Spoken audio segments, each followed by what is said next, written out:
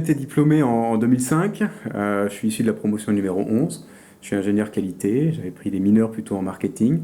Donc j'ai eu la chance de pouvoir mettre à profit justement cette double compétence sur des métiers plutôt business et qualité, en opérant toujours dans ce type de fonction business, dans des sociétés résolument tournées vers la qualité.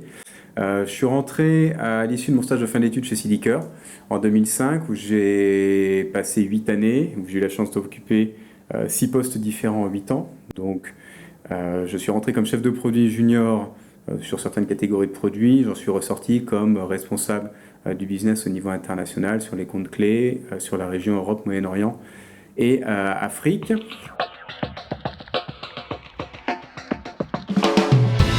Je suis rentré donc, au mois de septembre 2013 chez Intertech en tant que directeur global en charge du développement stratégique et des grands comptes. Donc classiquement, mon métier actuel a plusieurs composantes. Mon métier a une composante très commerciale où je vais gérer un certain nombre de clients en direct, donc de pouvoir établir avec eux des liens forts, de pouvoir faire ce qu'on appelle du lobbying à différents étages pour pouvoir comprendre parfaitement leur organisation, comprendre leurs enjeux, de pouvoir apporter une certaine intelligence au sens anglo-saxon du terme sur les business qu'on a avec eux et pour pouvoir justement mettre au diapason l'ensemble de nos filiales pour les servir de la meilleure des manières au niveau opérationnel. Donc un lien qui est extrêmement fort avec l'ensemble de nos filiales.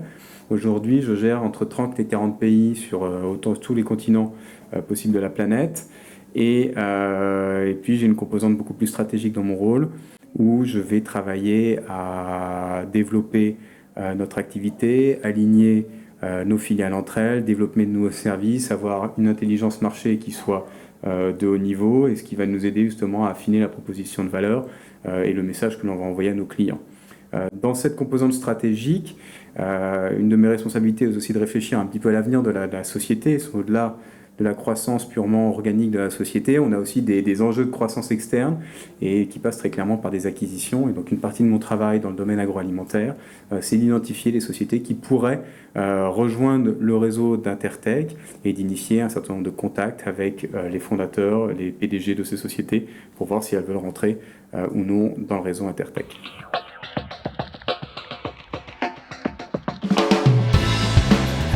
Je pense que ce qu'apporte le BI, il y a deux niveaux principalement. Il est évidemment du point de vue technique et de la compétence technique, la compétence opérationnelle, qui donne un panorama extrêmement large et extrêmement complet de ce que sont les métiers de la bio-industrie sous différents aspects, les procédés, la qualité, la R&D, le marketing, est quelque chose d'extrêmement riche et qui nous prépare de la meilleure des manières à rentrer sur le marché du travail. Une autre composante pour moi aussi essentielle est les valeurs que l'école va véhiculer. On sent qu'il y a quand même des valeurs qui sont extrêmement fortes dans l'école, où on nous apprend non seulement à devenir des ingénieurs qui sont compétents, qui sont performants, mais des gens qui vont être soucieux d'apporter une solution, des gens qui vont être soucieux de se démarquer dans les sociétés, qui vont être soucieux de faire progresser les choses et de faire progresser leur société. Et je pense que c'est quelque chose qui est très important et qui connote bien, voire très bien, ce qu'est le caractère clé, les caractéristiques clés des individualités au sein de l'EBI et qui est quelque chose, à mon sens, de fondamental sur le marché du travail et qui est quelque chose, je l'espère, et j'en suis certain, qui perdurera tout au long des années.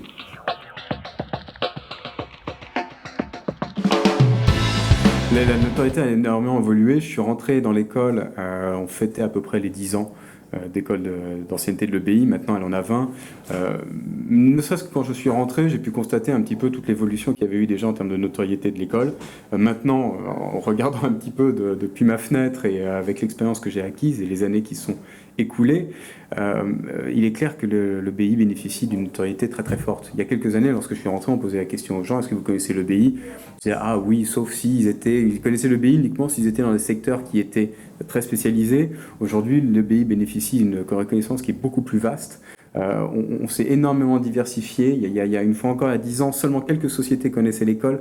Maintenant, il y a un éventail très large de sociétés qui connaissent l'école et surtout qui la reconnaissent. Donc la notoriété, elle nous porte au quotidien. On voit de plus en plus d'anciens plus ou moins anciens d'ailleurs, qui occupent des postes clés, qui sont mes interlocuteurs commerciaux, qui sont des collaborateurs et qui ont diverses fonctions, de junior à des profils très seniors. Et ça dénote aussi justement l'évolution qui a été très bonne de l'école.